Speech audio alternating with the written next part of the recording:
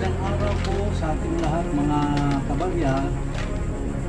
Medyo ngayon lang tayo naka-upload ulit kasi natatagalan tayo ng nag-upload kasi nagpatayo kasi ako ng bagong bahay mga kabarya, kaya medyo natagalan yung pag-upload ko.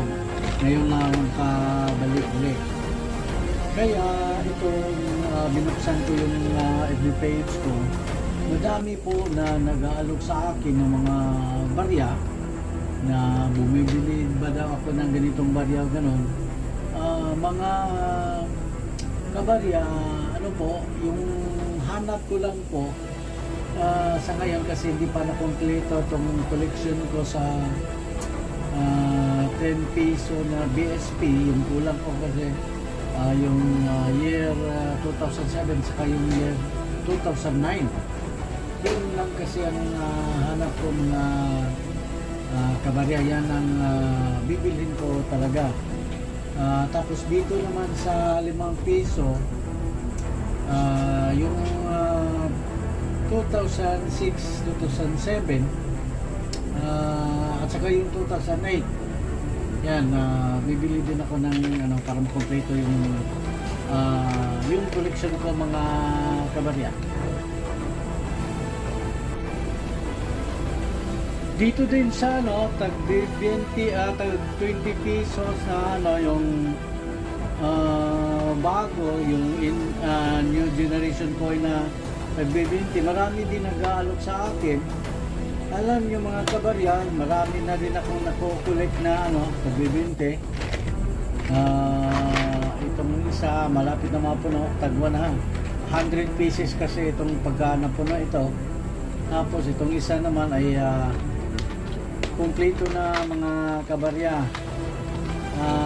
Tag-20 ito. Siguro mga na to. Siguro mga 200 pieces na din ito yung na-collect ko na pagbibinti. Hindi po ako bumibili mga kabarya ng ganito kasi madami na akong nakukolekta. Ito puro to tagbibinti. Yung basta yung ko mga kabarya, yun lang yung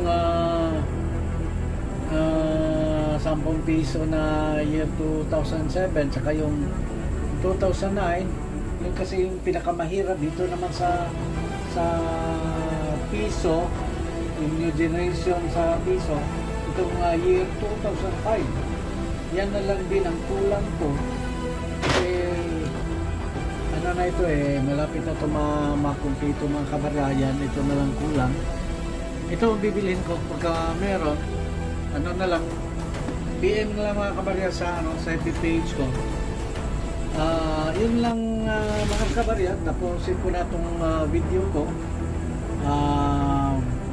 Para sa susunod na mga video, ko yung bibilhin ko ng mga coin kasi patuloy tayong dami na din tayong nakukolekta, patuloy pa rin tayo na nagkukolekt na mga hard to find mga kabarya na mga coin. Yan lang po mga kabarya. Maraming salamat po.